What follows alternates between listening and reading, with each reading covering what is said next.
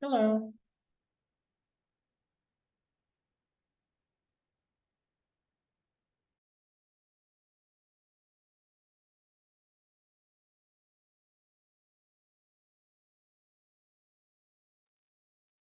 Recording in progress. Maswa, sorry.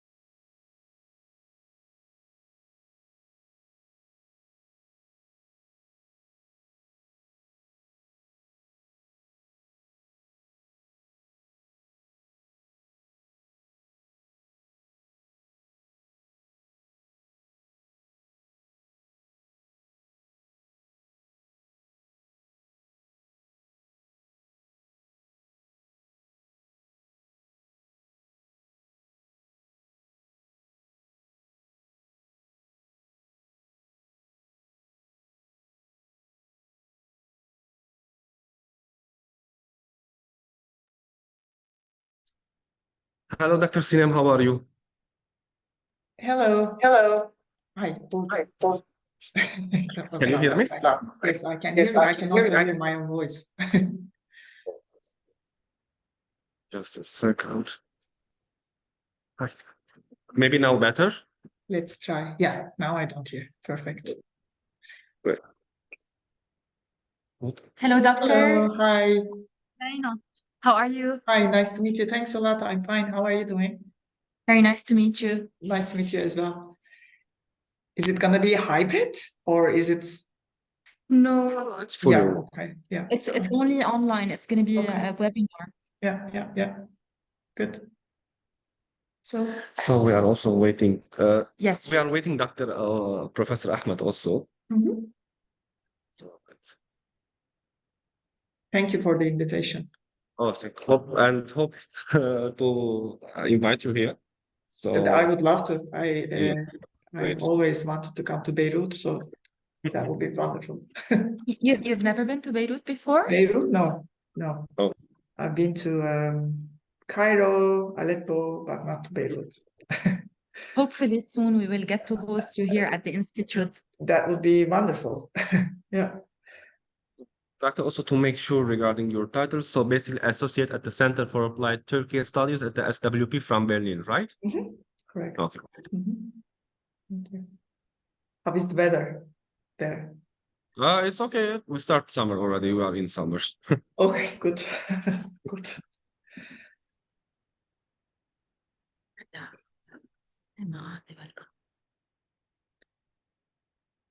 Shall I, since it is, I think it's everything is working, so can I go get a cup of coffee? Yeah. Yeah? Sure. Okay. Please, yes. Okay, Thank so you. I'll see you in a bit. Yeah, thank you.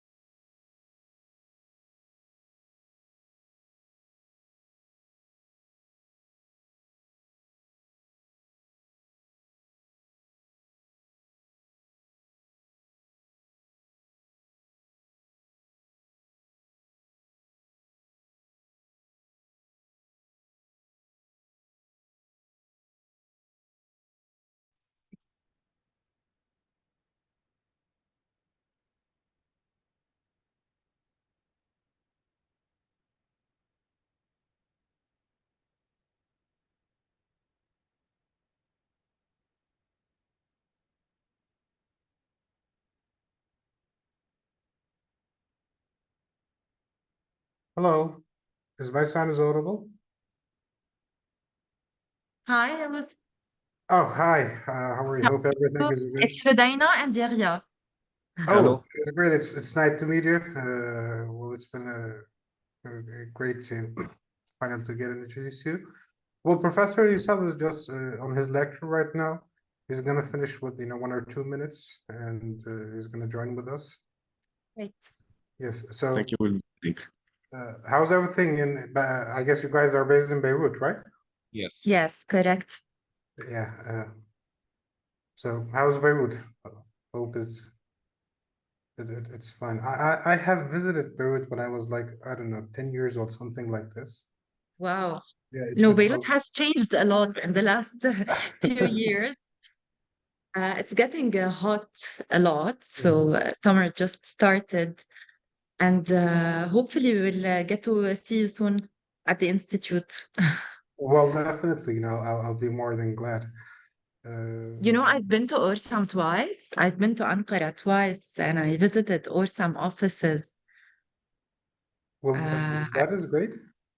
So yeah, you're familiar with us. yes, but I never got to meet you before. This is the first time. Oh, well, it has been 2 years only then since I started at Orsam. Ah, yeah, I'm working here as an assistant director directly with Professor Uysal.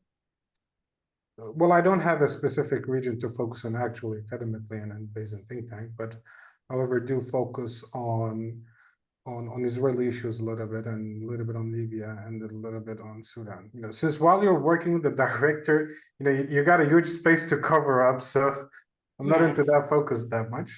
But I don't of know. course. Hopefully next year I'll be, maybe working as a fellow from outside and then going to continue my academic research.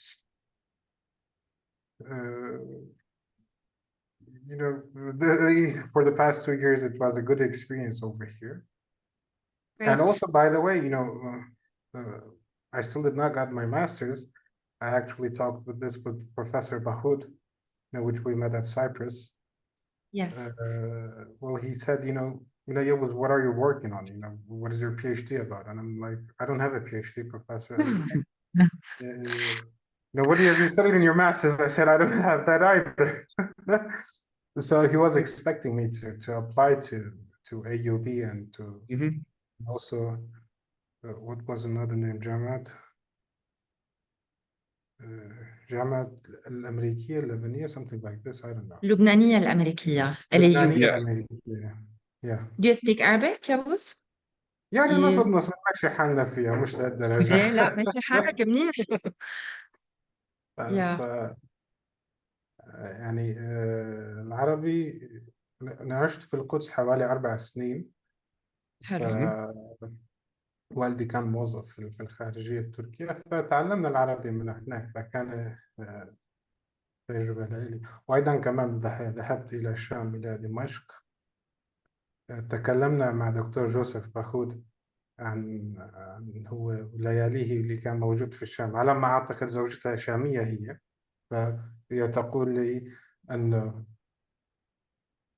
صحيح. شلون كان هن رايحين على الشام، نحكي عن البرامكة. كمان أيضا كمان كان في شارع الحمراء كمان المشهور موجود تحت جسر أبيض شيء زي هيك. كان في هناك أنا ما لفات بعرف كثير يعني بالشام. زي يغيا did his master's here at AUB. Oh, So they have really? something called the PPIA program, which is Public Policy and International Very Affairs. interesting program. So can maybe be interested in the future to apply for it. Basically, it's a mixture of international affairs and public policy. Oh, that is great. Well, maybe on my second master's, well, hopefully, I got accepted to the Fletcher School. It's at Boston for a Master's of Law and Diplomacy. And, just right now, planning up my financial situation for Boston. It's really expensive place to live in. Yeah. It is.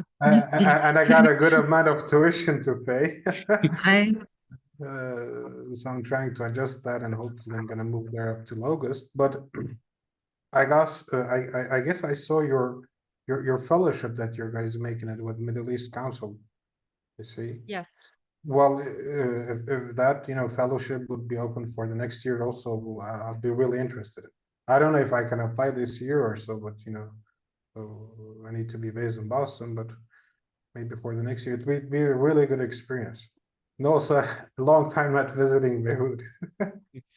Yeah, I'm not sure it's gonna be. I honestly, to be honest, I know nothing if it's gonna be open next year or if it's a one-time thing. But maybe you could talk to Joe about it. But what I know is that you have to stay for 6 months in Doha. Yes. So yeah, if you're going to the US, but I think it's amazing that you got accepted at this program. So good luck with that. Well, thank you very much. Thank you very much. It was a quite, a long procedure that I've been passed through, but Yeah, it's I can really amazing. imagine. Now we're gonna go online. Yeah. Do you know how? بدي أقول Like, let's go amount. Tamamdır hocam. Bekliyoruz. بدي أقول إنه خلص يلا you can do it وهيك إنه فيها وصل. So yeah, was you called the hojam? Yeah, I just called I it like to like- use this word. We don't use it. We don't have a word that is similar to hojam in our culture. We just say doctor something or Doctor. professor something. Yes. But I like it. And does it have a female version Well, of no, it? Is it it's hojam? just hocam, and it's when I moved here to Turkey, I have found out, especially here at Ankara, there is a culture that goes on from the Bilkent and from the Hacettepe, let me say a huge mafia for them, with they covered all over Ankara. Wherever you go, if you see someone calls you hocam, in the bus or maybe at the cafe or at the restaurant or any place you see, is probably either from Hacettepe or from Bilkent. Well, maybe Sinem hocam, he's familiar with these, jargons over here at Ankara, but it was really Yeah. good for us. And Yeah. it's also easy, you don't know what to say. Maybe you forgot his name or her name. You just easily can say, hocam, what's up? How are you doing? Your Exactly. friend, your It boss. saves you. Saves you from the saves a lot. embarrassment. It's actually interesting because I studied in Istanbul at Boğaziçi, which actually was the campus is very similar apparently to the campus of AUB because it was founded around the same time by the same missionaries and so on. Anyways, that's a side story. But we didn't have hocam much at Boğaziçi, or the professors calling each other hocam as well.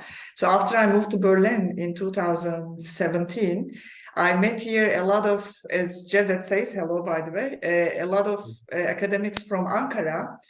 And I was so surprised because they call each other all the time with hocam, hocam, hocam. So since then now I also got used to the hocam calling. I think it's a nice thing. It's like you're calling someone who is your mentor, or it's a nice thing. Creates like a personal relation with the professor. Definitely. So it's the Bosphorus University, right? That's correct. Yes, that's right. Yeah, you must. It's on the Bosphorus, right? It's right on the Bosphorus. Right. Yeah, AUB is by the sea as well. Yeah, but the I've never campus been. structure is also very similar, the architecturally and so on. That's what I heard. I mean, as I said, I've never been to Beirut, and yeah, that's goes back to also the historical origins, the founders, etc., etc. That's yeah. Great. Well, Boğaziçi, it's a really, awesome campus. Sinem hocam is really lucky that she spent her years over there. And I guess they do accept guests from outside the campus. You could just guys easily go there and enjoy a little bit of view.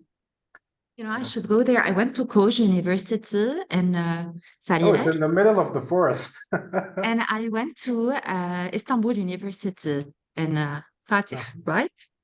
Yes, Is it? yes, exactly. Yes. It's Yes. the campus located at Beyazıt. And Yeah. Professor Oysal is over here. Let me just. Maybe he has to change his name. Yes. Okay. Hello, Hello, guys. hello, Hello. Professor. How are you? Hi.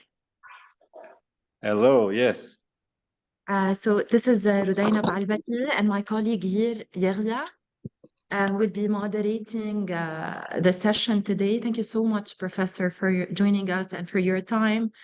May I ask you, please, to just change your name because as it appears now, it's Zeddet Yavuz Öztürk. So, No, my name? Yes. yes.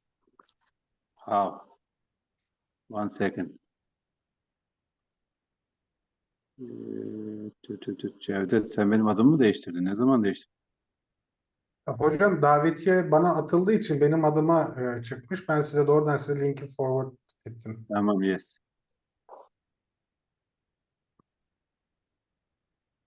Yeniden adlandır. Evet, tamam. How many people are you expecting? We got several, we got a very good number of registrations. We got around 100 or slightly above 100. We will see now, but we are expecting a good number. Okay. It's a very timely discussion, and it doesn't happen a lot in Beirut nowadays. So before going online, I will be asking like several questions, starting with Professor Ahmed, domestically moving about the domestic dynamics, about the Kurds, and then slightly going to the regional impact, the impact on the Middle East, the Syrians relations, and of course Turkey-EU relations. So it will be like informal discussion. Okay, so we'll start in 10 minutes. How we do? 5 minutes, let's say max. 5 minutes, okay. I'm here, but I'm gonna finish up my class. I'm here. Okay. So we can start in 5 minutes, right? Yes, yes. Okay. I don't think it will take more than 1 hour. So 1 hour something maybe max.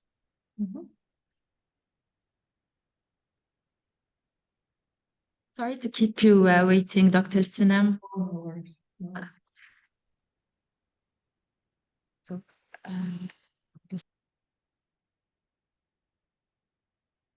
And how was the election result received in Beirut? If there was any response to that.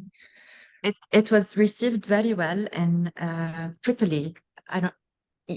Are you familiar with? It's a city. It's a big city in northern Lebanon that is Sunni, one of the Sunni, strongholds in Lebanon, and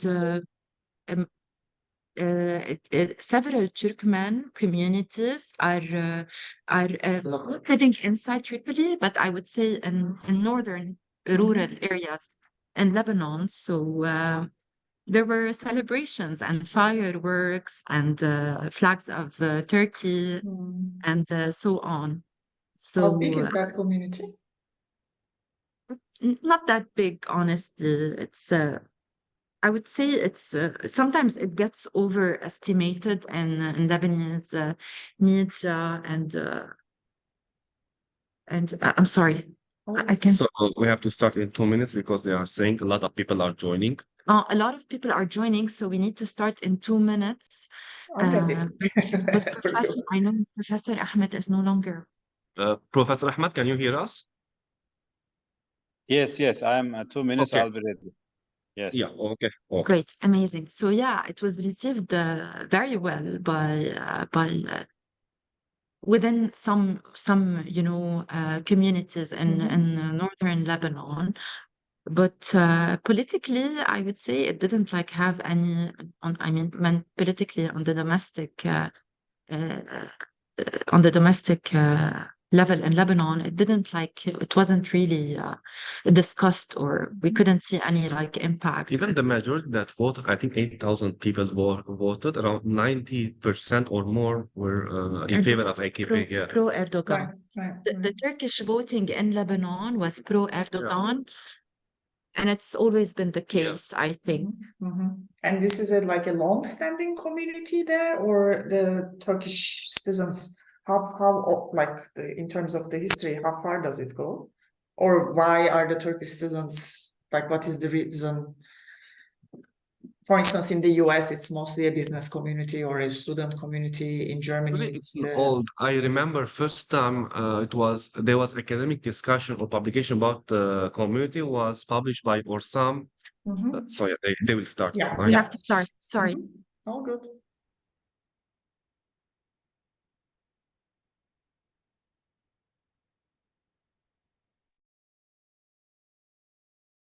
Good afternoon, everyone. Thank you, everyone, for joining us on behalf of my colleagues at the Sam Fares Institute for Public Policy and International Affairs. I'd like to welcome you to this webinar where we will be discussing the domestic and regional impact of the results of the Turkish general elections in 2023. One of the main objectives, actually, of this webinar is to highlight Turkey's central role in the Middle East. We'll see how President Erdogan's consolidation of power in Turkey after the elections will shape the country's foreign policy towards Syria and its also immediate neighborhood, the Gulf and beyond.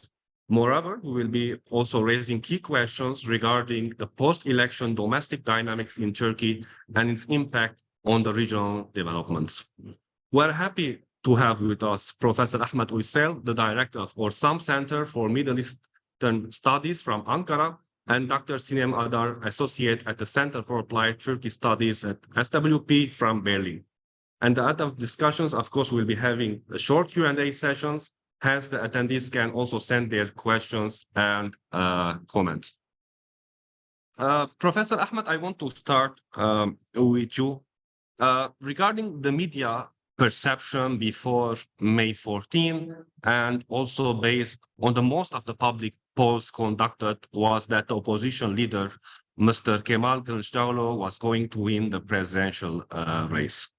Some argued that maybe the ongoing financial crisis and the crisis response mechanism after the earthquake would be indicators actually to shift the public support away from President Erdogan. What has been changed and why did these assumptions turn out to be wrong? Why did the majority of Turkish voters actually back President Erdogan?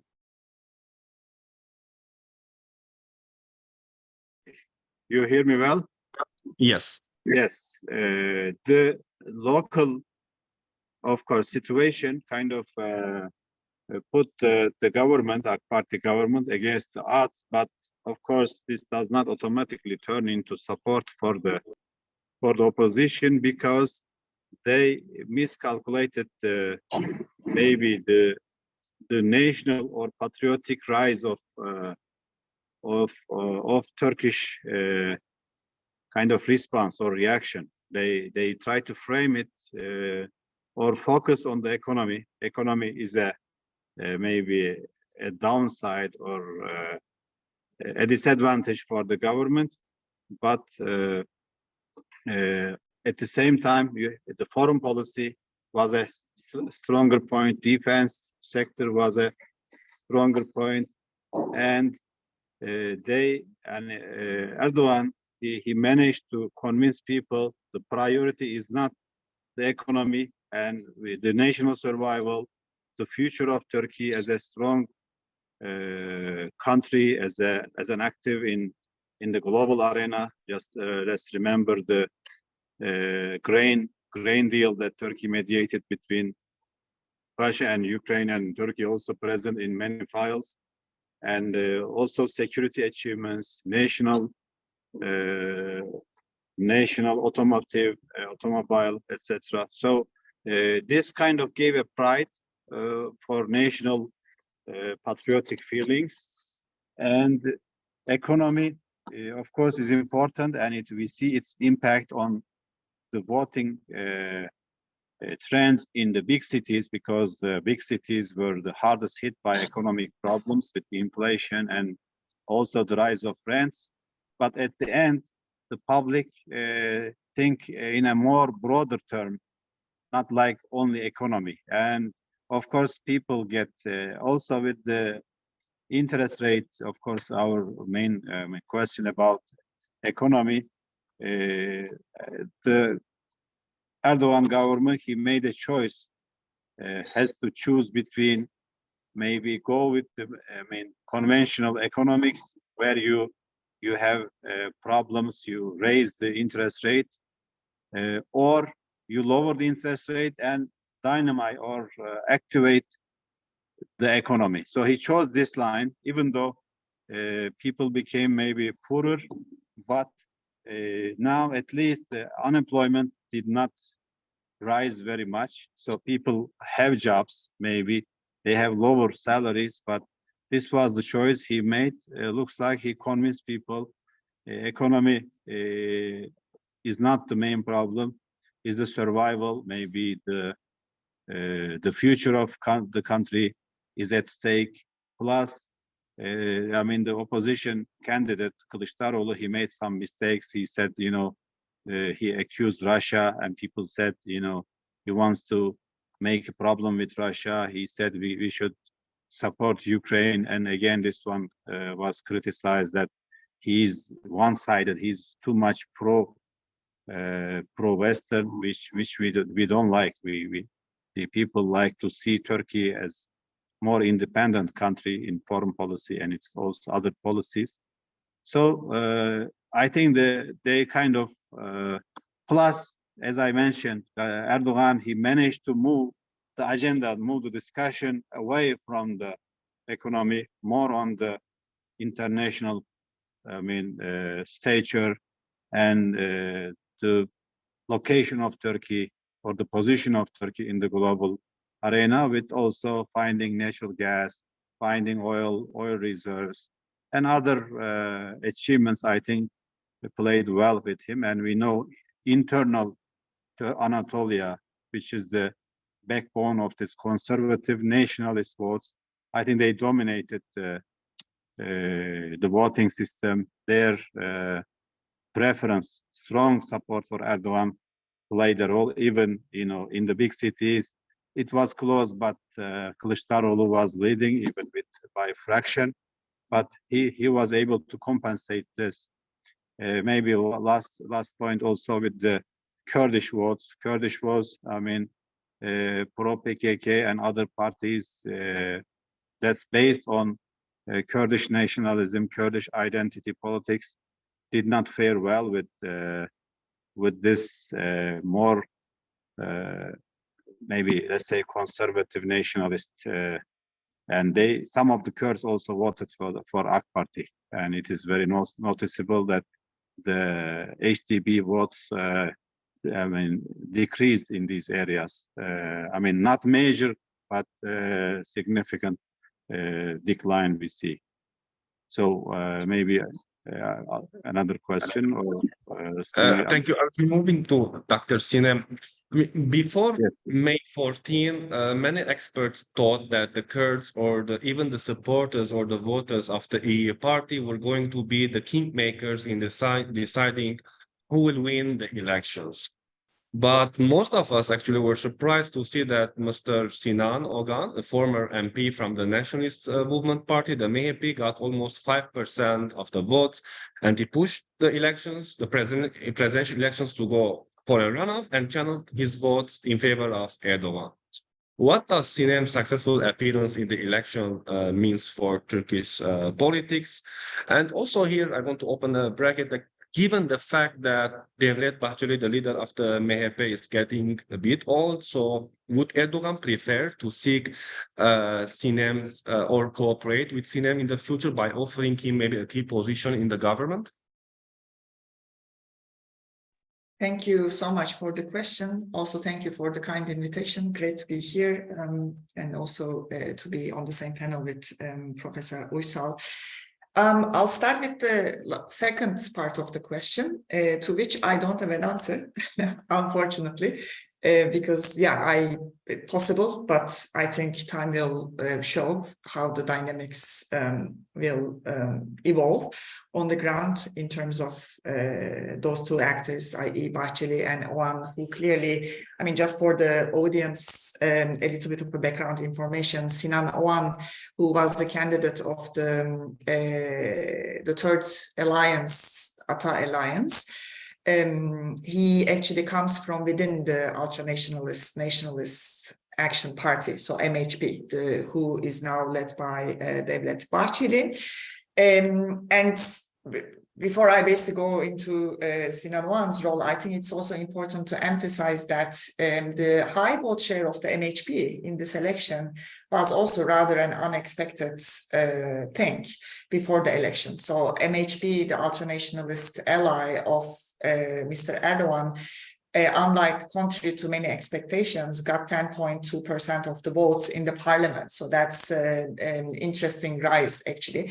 And in a way, by doing that, MHP now also in a way positioned itself as the main representative of the nationalist movement in Turkey, out of which two parties came out, both İYİ Parti, Meral Akşener's İYİ Parti back in 2017, and later in 2020, Ümit Özdağ, who founded the Victory Party, and who was before a member of MHP, then founded İYİ Parti with Meral Akşener in 2020, left İYİ Parti and founded Victory Party. So in a way, this is all an indication of the constant and continuous fragmentation of the nationalist movement party, which led to a significant, in my opinion, competition among these different actors. But after all, it looks like Devlet Bahçeli and his MHP was able to kind of not only increase the vote share of the party, but also position the party as at the center of the nationalist, the Grey Wolf movement. Now back to Sinan Oğan. Now I guess, first of all, I don't personally think that he was the kingmaker, because the king was already there, so you don't need someone to make the king a king. But I think it's important to understand why he got 5% of the vote in the first round. And that has to do, in my opinion, 3 points.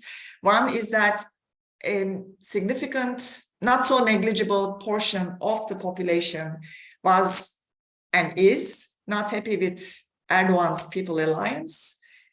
They are, however, also not happy with what the opposition offered. They didn't basically see the Nations Alliance, Kılıçdaroğlu's Nation Alliance, as an alternative. Therefore, Sinan Oğan's supporters were first and foremost neither pro-Cumhur Alliance and Mr. Erdogan, nor pro-Nations Alliance and Mr. Kılıçdaroğlu. The second dimension, I think, that helped Sinan Oğan attract votes was the rapprochement between Kemal Kılıçdaroğlu's Republican People's Party and the Kurdish left-leaning People's Party, HDP. And last but not least, among a certain segment of Sinan Oğan's voters, there was also a significant discontent because of the fact that former AKP members who later on formed their own parties, such as Ahmet Davutoğlu's Gelecek Party or Ali Babacan's Deva Party, ran through the lists of CHP in the parliamentary elections.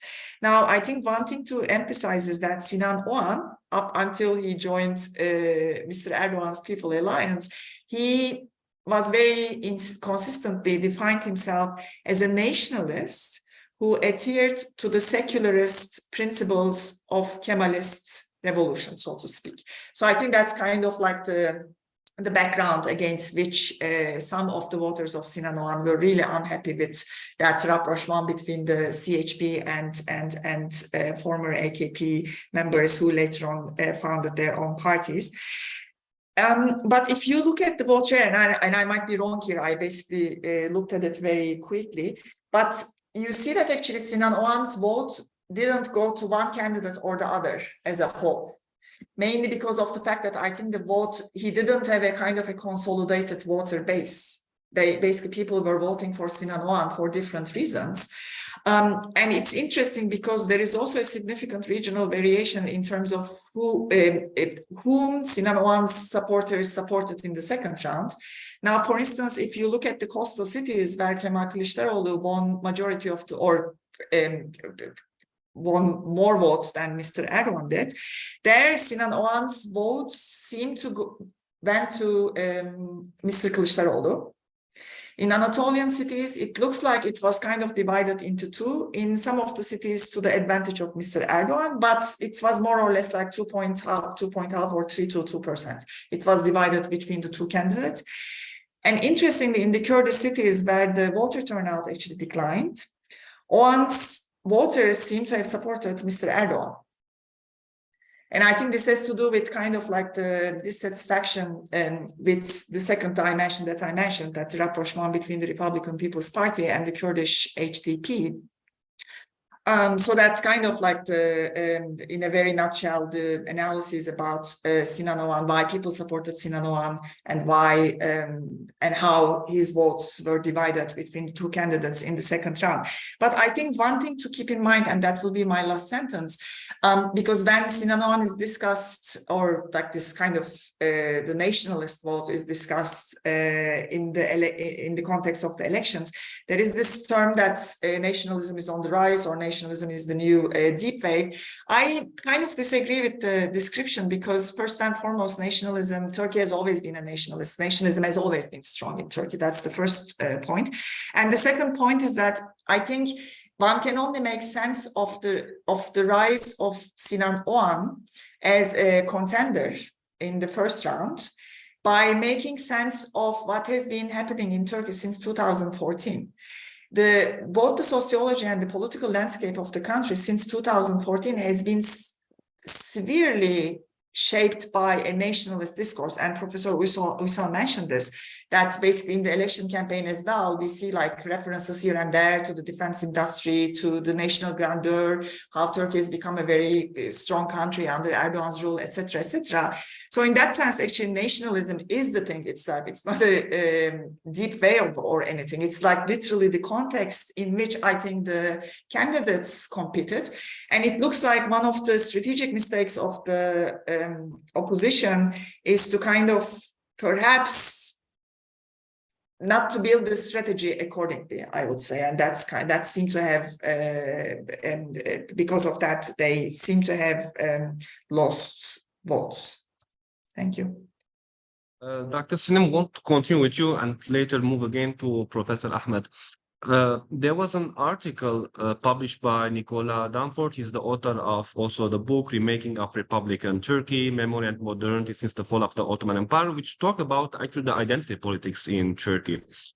So in his recent article, he talked about the symbolism of Erdogan's victory, as it also coincides with the 570th anniversary of the Ottoman conquest of Istanbul. But this year also is a centennial, actually, of the establishment of the Turkish Republic. It seems that Erdogan understood the importance of these dates for the Turkish people, and he grasped how effectively they could also be wielded together. How did actually President Erdogan merge Turkish nationalism with religion, that is maybe political Islam, we can say? And do you think that the election results showed that a significant number of the Turkish voters seem to confirm how effectively symbols and narratives can transcend even financial realities? Thank you. First and foremost, I actually think that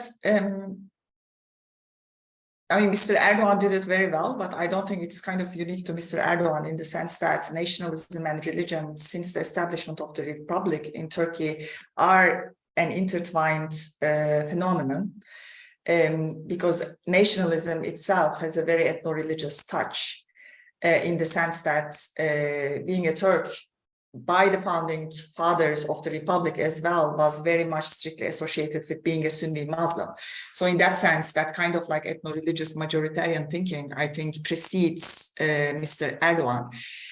But I think what was done, or what Mr. Erdogan did during the election campaign, but again, before the election campaign as well, what Professor Uysal very eloquently described, I think in a way he kind of intertwined positive nationalism with negative nationalism. And by that, I mean the following, that on the one hand, there was a very strong emphasis on the national grandeur and how Turkey has become, quote unquote, a strong Turkey that is able to play hardball in an age of great competition with global powers.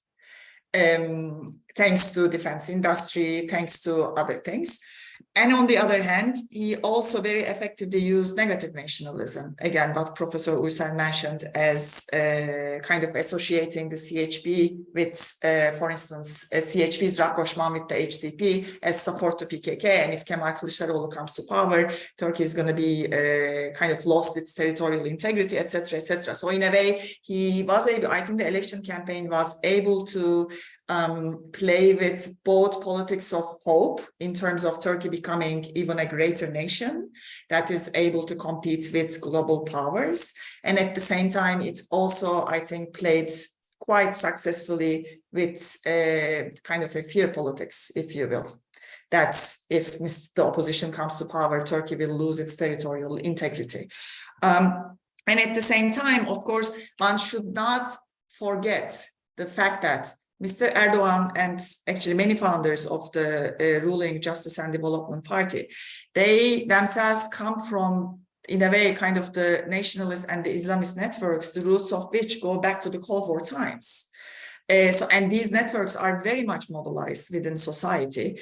Therefore, yes, it is about symbols, yes, it is about emotions, but at the same time, it is also about accessing people, being able to mobilize people. And I think what Mr. Erdogan has been doing in the last 2 decades was actually effectively co-opting those already existing networks, strengthening them, expanding them, and if necessary, punishing them if they basically go against the kind of Mr. Erdogan's will, if you will. And of course, I think the LGBTQ, the discourse about the LGBTQ seems to be also like quite an effective, I think, a mechanism that kind of played into the fears of people in terms of if the opposition comes to power, Turkey is going to lose the traditional values and the family is going to gone, etc., etc. But without making it too long, I also want to make one final point about the fact that now, I mean, there is, I think, kind of a general or a conventional understanding that economic crises automatically will bring the end of populist authoritarian leaders. And in this election, we saw that it is not the case. But actually in the history too, for instance, remember Indonesia, Malaysia, during 1997 economic crises, both at the time were run by authoritarian governments. Economic crises brought the end to the authoritarianism in Indonesia, whereby in Malaysia, it didn't. It consolidated authoritarianism. So I think at the end of the day, it is really about the ability of a political actor to consolidate a voter coalition, and that happens by very effective usage of symbols, by playing politics of emotions, but at the same time by also actually playing with the economy, because I think we shouldn't forget the fact that Mr. Erdogan and AKP has been very successful in terms of partisan distribution of economic benefits. Think, for example, in the last 3 years, the number of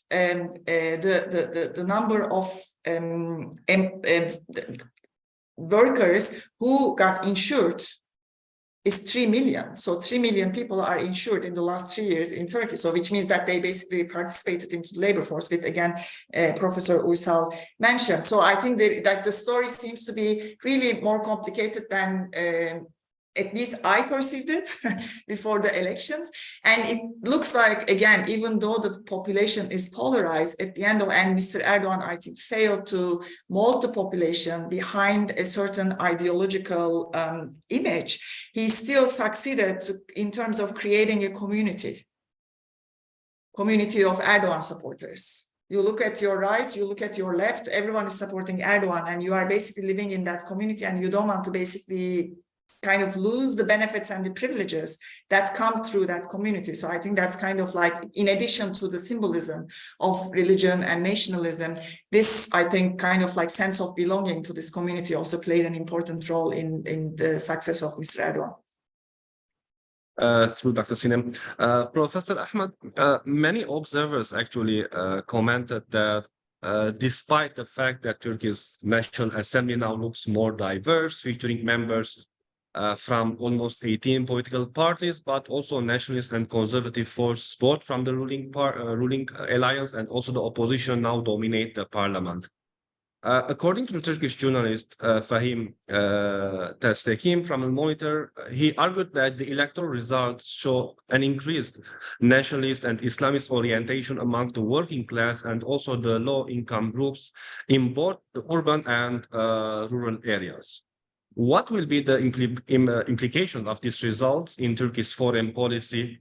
Will the new parliament actually threaten President Erdogan's hand in new military interventions, maybe against the Kurdish groups in Syria or Iraq, and as well maybe to push Turkey to expand its influence beyond the region?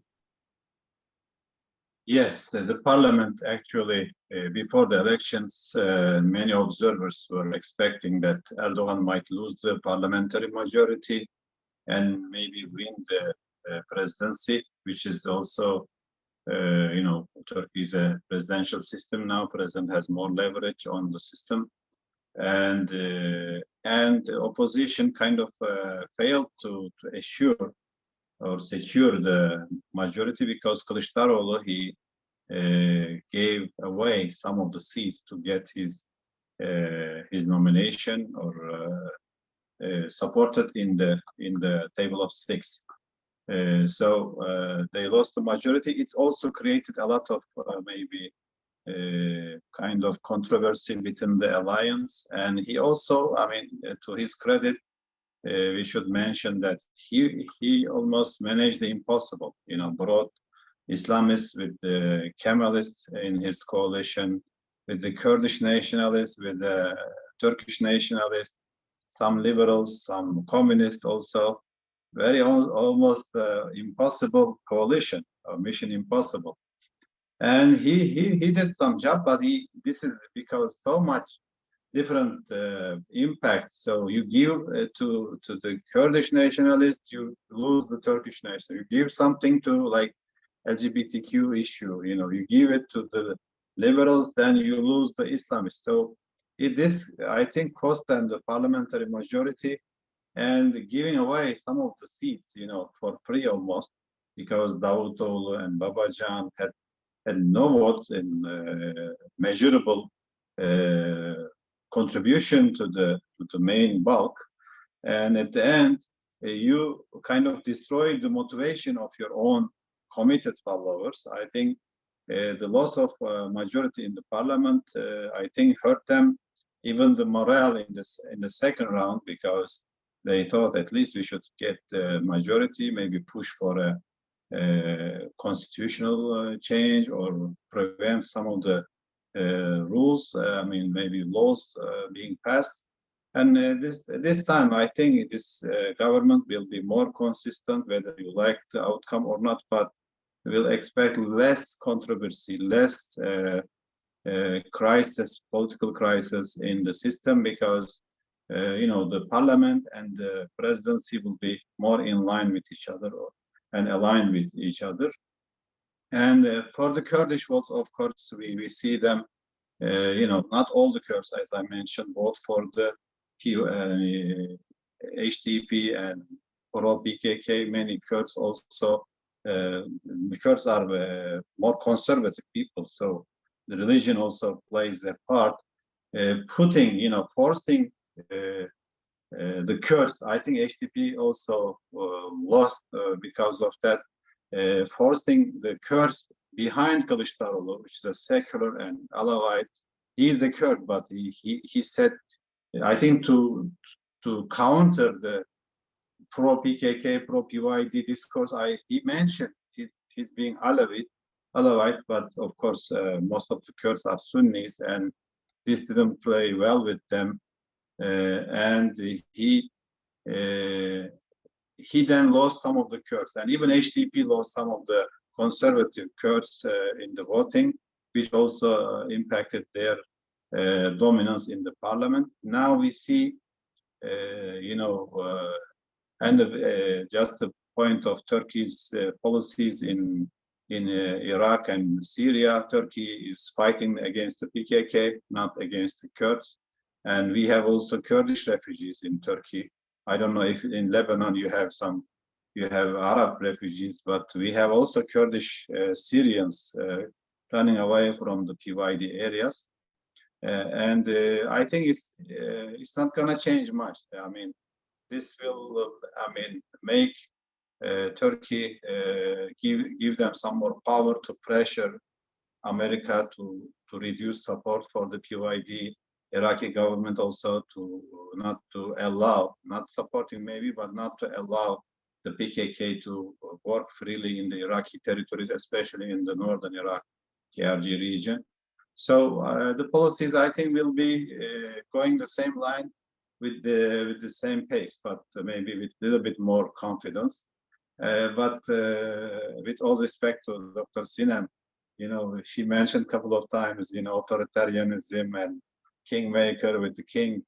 I mean, this analogy actually is not very fair, because you can use it, of course, we can use it as the metaphor, but generally in the Arab context, some non-democratic countries, they wanna claim Erdogan as a sultan or the king. He's not. He's a democratically elected leader, charismatic, true, but we should not confuse with charisma, which I think helped him a lot with his being able to communicate with the majority masses, not like the way the Western media like to depict him.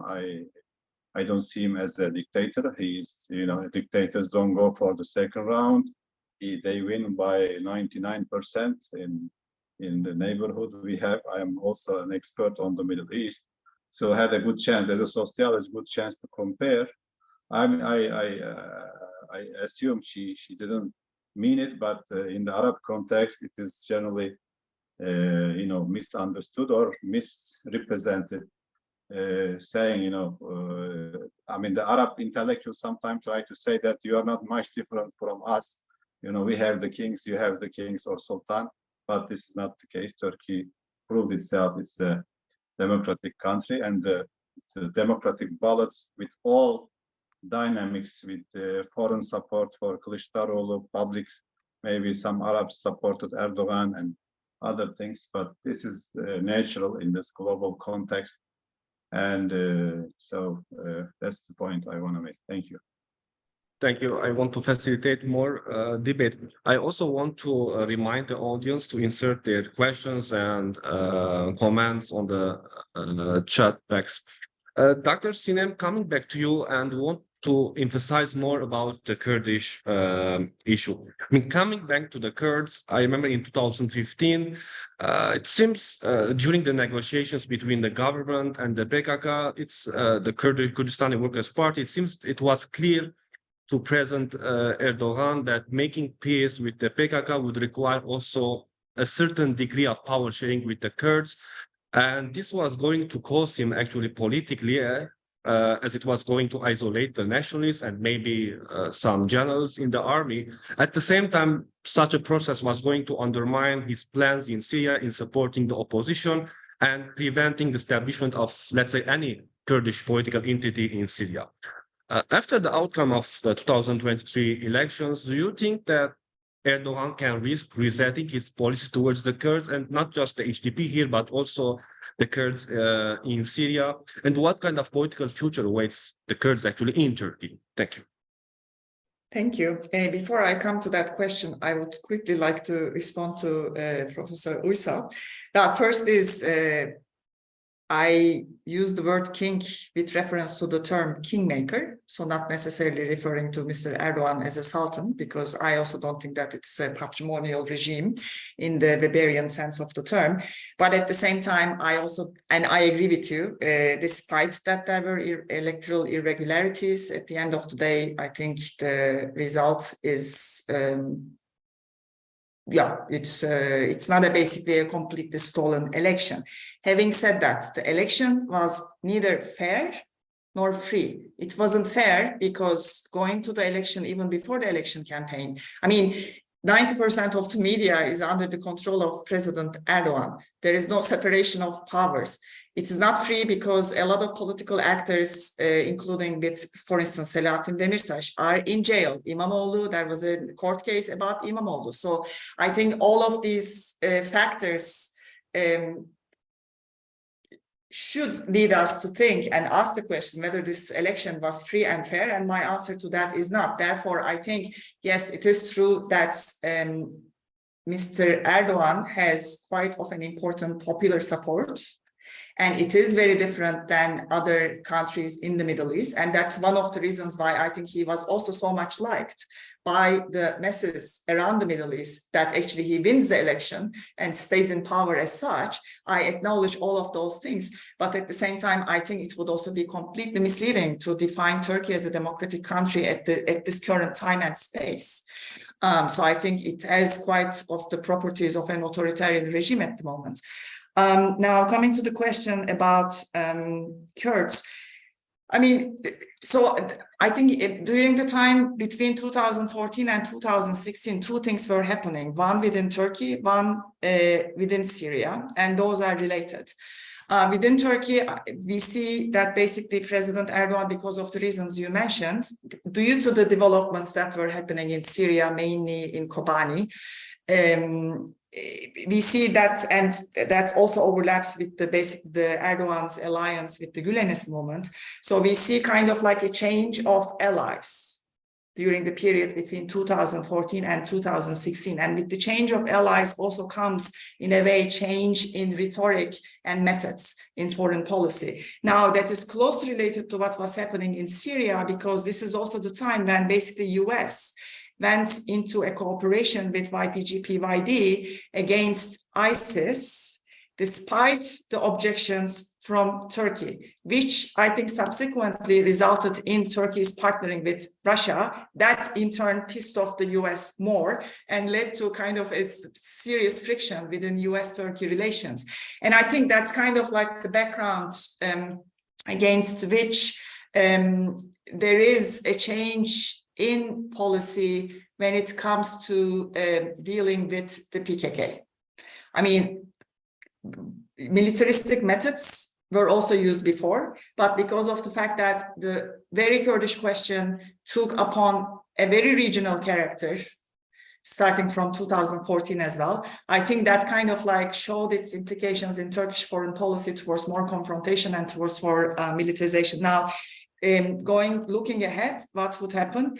I think, as Professor Uysal also mentioned it, I do not see a significant change in policy when it comes to in Syria and Iraq in terms of like deployment of militaristic methods, etc. And I think that will also go hand in hand with what will happen to the Kurdish kind of political structures within Turkey, if you will.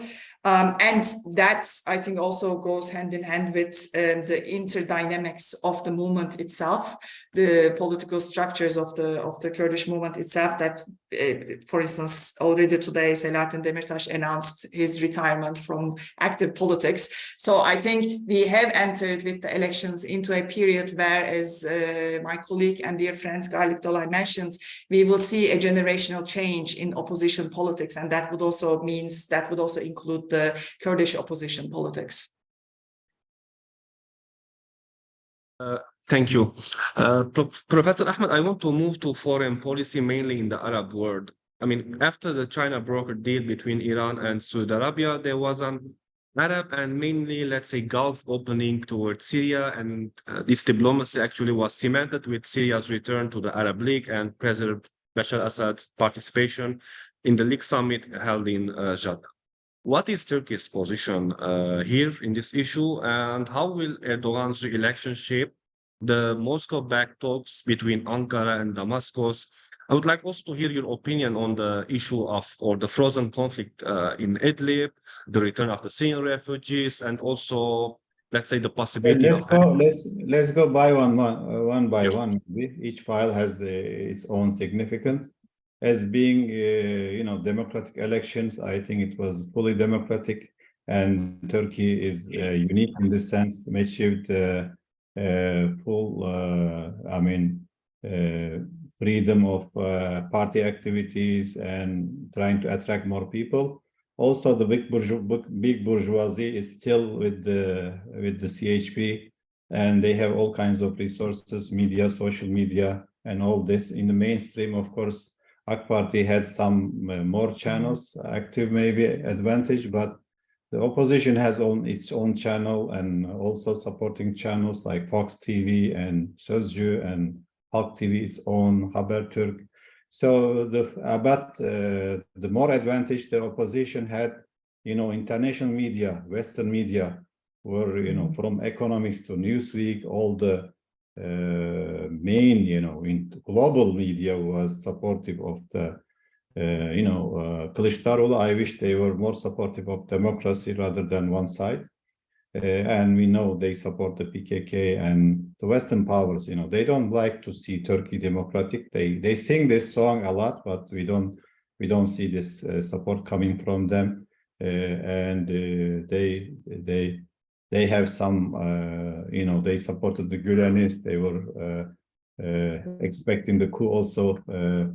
I mean, we had coups and we never get enough support from the Western allies, even though they sing these democratic songs a lot. And in any case, Turkey proved itself is democratic, and also even social media. Twitter take obvious side with the Kılıçdaroğlu. Like even myself, I don't follow many of. I mean, I follow the main leaders, but I get irrelevant pro Kılıçdaroğlu, reminders and tweets, etc. So I know also, I mean, Elon Musk and others, they were sincere on this. They did not hide their, support for the opposition, which is fine. I mean, this is a global war. This is also somehow normal, but I mean, you need to convince. You don't need to convince Europeans. You need to convince your own people. And opposition had 8, maybe 10 parties to reach the public, so it is not, I think, a problem. In any case, I think it will have this election will have significant implications with the more independent Turkey, but normalized and also made opening to the Muslim and Arab world. This is very important. I think this approach was tested in the elections and it was approved, despite fear mongering against refugees and Arabs and all this. The people didn't buy this ultra nationalist discourse.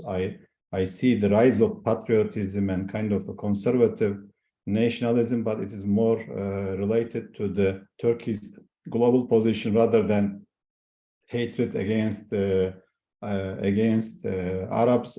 But Kılıçdaroğlu quickly jumped from more democratic and humane type of discourse to anti-refugee discourse after the first round, and looks like it didn't play well with him. And he tried to distance itself from the HDP also, and HDP did not declare its support. He said, we hate Erdogan, but we don't say, they didn't name the Kılıçdaroğlu's name as our preference, but people know, of course, people are not blind. They know their support for we don't know if it hurt or helped, but without like 10% clear support of votes of HDP, the Kılıçdaroğlu votes would be like under 40, and so he's being more pro-Western, let's say, American in Ukraine case and anti-Russian in some other place. With the Muharrem İnce case, Muharrem İnce blamed the Gülenists and some PKK, of course, the opposition. Kılıçdaroğlu blamed Russians for this. So this kind of questioned its credibility and stuff. So he had the kind of a challenge, difficult challenge to please, many parties at the same time. But this, as I said, this opening to the Arab world and to the Middle East, this approach was tested and I think was approved. It's gonna be the same line with AK Party's opening to the Arab world will be significant. Trade, tourism, even Musalsalat Turkiye, Turkish series are very popular among the Arab public. Also, I know investments, people are investing in Turkey individually. I mean, but we also know that governments are also interested in Turkey. Interesting. I mean, one thing with this election, I think Turkey lived in this election mode for so long. Part of the economic problems, as an observer, I'm not an economic expert, but you know, many people were like almost like a year now. The start of the coalition of six took like happened about a year ago, and people were waiting for this. So this frees the investments in innovations or kind of other maybe economic activities. And I think after the elections, people now see Erdogan is there for like another 5 years and will be more easy to invest and to do some business. For the Gulf region as the question, I know Sisi also was waiting for the end of this elections, maybe to come closer with Turkey and or maybe wait for the other candidate, because when Turkey extended its hand to three major Arab countries, Saudi Arabia, Emirates, and Egypt. Emirates was the quick and more, you know, shook Turkey's hand more strongly. Saudi Arabia was okay, but Egypt, it was a little bit more hesitant. I think they were waiting for the end of this election or the outcome of this election. I think starting with Egypt, now they'll be more eager to work with Turkey in the Eastern Mediterranean, which is also related to somehow not directly, but Lebanon with the gas deal with Israel and Greece, and you know they built a coalition. Israel, Egypt, and Greece built a coalition, EastMed, to prevent Turkey from this region. Turkey said no. Now looks like things are changing toward in the favor of Turkey, and they get more because Turkey's formula is favoring also Egypt. You know, they get Turkey defends that we should divide from the middle. You know, a distance between the two continental areas to the land. We should go with demand and exclude the islands, or we give them some areas with, I mean, Western logic also. But you know, they were trying to exclude Turkey. Now they come to terms. I think Egypt came to terms, and things will be better with Egypt. And also, Egypt has the Sudanese crisis now, a big headache for anybody, but especially for Egypt. And they don't want to make more problems with Turkey, let's say in Libya or Eastern Mediterranean. So this is a good positive, I think, approach will come out from this. With Saudi Arabia, I think they were also maybe waiting for the outcome. Now they see, and there is also more similarity now with Saudi Arabia becoming more independent. You mentioned the files. Sorry, Dr. Sinem, the Middle East file is so complex. I should mention some of them. And Saudi Arabia, of course, became more independent, and so it is similar to Turkey's approach. So those who go in the same direction can cooperate better with Saudi Arabia. I think now, especially after the Chinese mediation between Iran and Saudi Arabia, it reduces the tension in the region, which is a good thing. I personally look at it positive development, and also the government publicly supported this normalization between Iran and Saudi Arabia. We believe in the regional cooperation rather than regional competition or conflict. So I think we have enough problems. It is better to get over with them. And let me stop here, and I'll maybe Syria will discuss in the other round. Thank you, Professor Ahmed. Before going to the Q&A, actually, I want also to raise a small question regarding the status or the frozen conflict of Idlib in Syria. Do you think Erdogan's re-election will further facilitate a dialogue between Syria and Turkey about Idlib? I think, I mean, Idlib, involves Russia, involves America, and maybe the Assad regime also. But I see that Assad regime has two supervisors, Iran and Russia. and sometimes Turkey, I mean, work with the supervisors better than the Assad itself. But Russia has its own headache now in Ukraine. And the dialogue Turkey started, but I see Syria problem is an international problem, not bilateral between Turkey and Syria. I mentioned the Assad regime supervisors, the international players are there, Iran and Russia. And east of Euphrates, the PYD controls, a very valuable areas, lands, and supported by America. I see them as like American domination and proxy they are using as PYD. And of course, north of Syria is Turkey's influence there. But we want the PKK get out of the whole Syria, which requires different things. We have refugee issues. I think it was overblown, especially for Turkey. I mean, Turkey don't have a direct Syrian problem. We have economic problem, but it's not directly related to Syria. And refugees also working, finding jobs and working, not like the ones in Jordan or Lebanon. They are in a worse shape, and it is politicized. I think after the elections, this refugee issue will be less on the agenda. But Erdogan also announced its plan to securely and safely maybe resettle them in Syria, making preparations, building houses and stuff. So it's gonna be a slow but safe process. I think that Syria still an international issue. I think Geneva process, Astana process is not an alternative to Geneva, but this international issue will take some time. Yes. Thank you. Dr. Sim, there was a question by one of the audience regarding the sensitive issues that pit Ankara and Washington against each other, given Erdogan's consistent determination to chart an independent course for Turkey in an increasing, let's say, a multipolar world.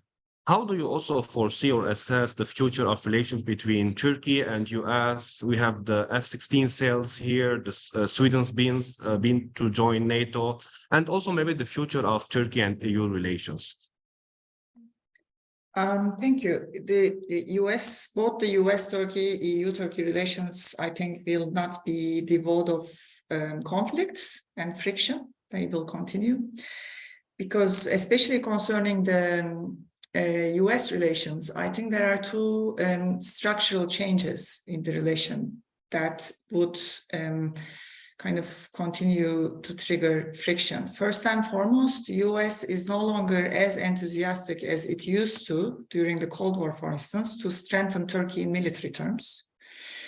Second, I think it is also not as eager as it used to support Turkey's integration into the Western alliance. So these are, I think, two very important structural changes in the relationship. And at the same time, even though Turkey also had in the past, preceding the AKP era, had tensions with the US, be it in the 70s and later, I think there is also a significant change in the perception of Turkish political elites when it comes to the United States. And that has to do, first and foremost, 2014 US cooperation with YPG, as I said earlier, in Syria. And second, the perceived lack of support by the US, but also from the EU in the aftermath of the failed coup attempt in 2016. So I think the Turkish political class increasingly believes that it can no longer trust its traditional Western allies. So on both sides, for sometimes overlapping reasons, but to different kind of directions, there is an increasing mutual trust, which will not be easy to repair, I think. Having said that, neither for the US nor for the EU, it's an option to not to have a functioning relationship. Therefore, I think transactionalism and compartmentalization will heavily mark the relations both with the US and with the EU. With the EU, given the security imperatives because of the war in Ukraine. I think a couple of issues will be important in its relations with Turkey. And I think this is also kind of one of the motivations why, despite all the kind of suspicion about the Western countries' support to the main contender of Mr. Erdogan in the elections, the election night, I think they were quite fast and quite also a kind of celebratory of Mr. Erdogan's win. And that I think has mostly to do with the security imperatives of the current geopolitical moment. That being said, I think the Black Sea and its surrounding region, again, against the backdrop of the war, but also in terms of the energy, changing energy requirements because of the war, would be important in EU's relations with Turkey. Similarly, another security dimension issue would be migration and refugees. That would continue to kind of mark the relations between the EU and Turkey. And last but not least, I think the kind of the climate change and related the Green Deal. But I do not necessarily see an easy kind of way forward when it comes to the Green Deal and Turkey's incorporation into that because of the ways the institutional kind of challenges in economy management, unless there is a significant policy change in Turkey. And this is basically against the backdrop of the fact that still the main exporting partner of Turkey is the EU. So 40% of the exports go to the EU. So that's kind of like there is a very significant deep running economic relationship with the EU. So that would kind of, that's why I think the economy would also be an important dimension of the relationship. And just very quickly, that this should also be taught against the backdrop of the changing supply chains, etc., etc. I think that was all, no, about the question. Did I miss anything? US, Turkey, EU, Turkey, no. Yes, thank you. There were also two small questions, and I will end. Maybe I can direct to Professor Ahmad. One is actually, you talk about the Turkey-Saudi Arabia relations a bit, but the question was also about the defense sector. If the Saudis maybe are interested to cooperate with Turkey, maybe I assume in the drone industry, though in the question it's mentioned more about the defense cooperation or there are limitations. And second, actually, question is also about, it's mentioned that do you think the recent events, the adoption of a roadmap of a Turkish-Syrian rapprochement, the decision of President Erdogan and Sisi to exchange ambassadors have been indicating a revival of strategic depth doctrine in Turkey, maybe on a wave of positive nationalism, as it is mentioned? Thank you. Yes, I mean, it's a, good question. Let's start with of course, with the depth, but this Davutoğlu theorizing was, in practice, did not help fared very well for him in the elections. He tried to support Kılıçdaroğlu and he didn't make any depth in the support. But of course, Turkey before Davutoğlu, Erdogan's approach is to multiply, diversify the relations with the neighborhood, with the Muslim world, not only Arabs also, but for the general neighborhood with Africa also, with the Balkans and Central Asia. And this scheme, I think after causing some friction because of the Arab Spring and Turkey siding with Arab revolutions, now they are weakened and they don't, also Turkey does not see, this as a maybe hurdle now. Many changes happen with the embargo on Qatar failed, with Sisi is there, for example. Turkey, it's not Turkey's job to change Sisi or something, to work with whatever they find in available in.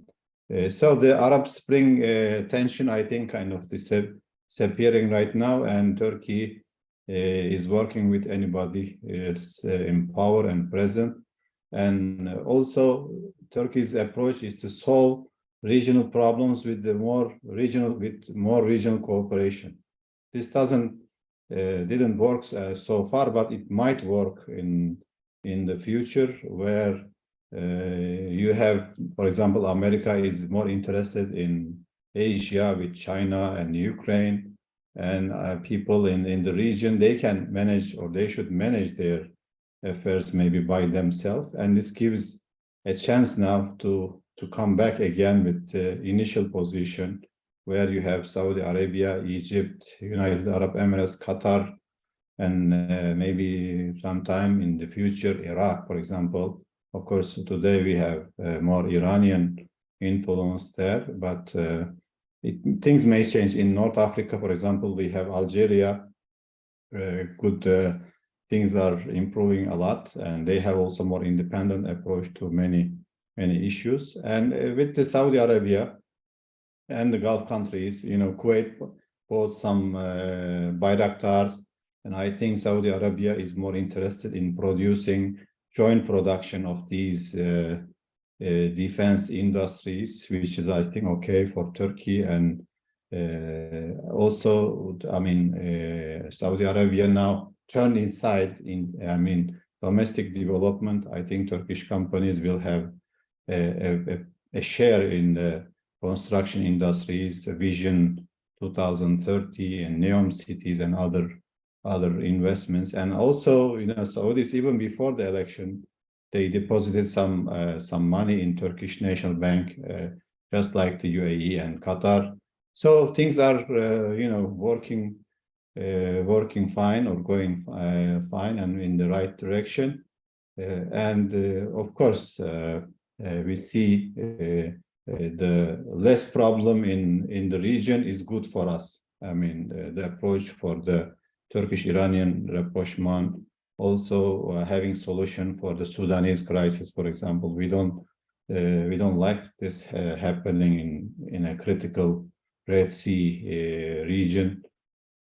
And also see Syrian cases, crisis solved, Iraq stabilized, it's our neighborhood. We have also a more depth geographical dimension that we see Iraq as a bridge to the Gulf region.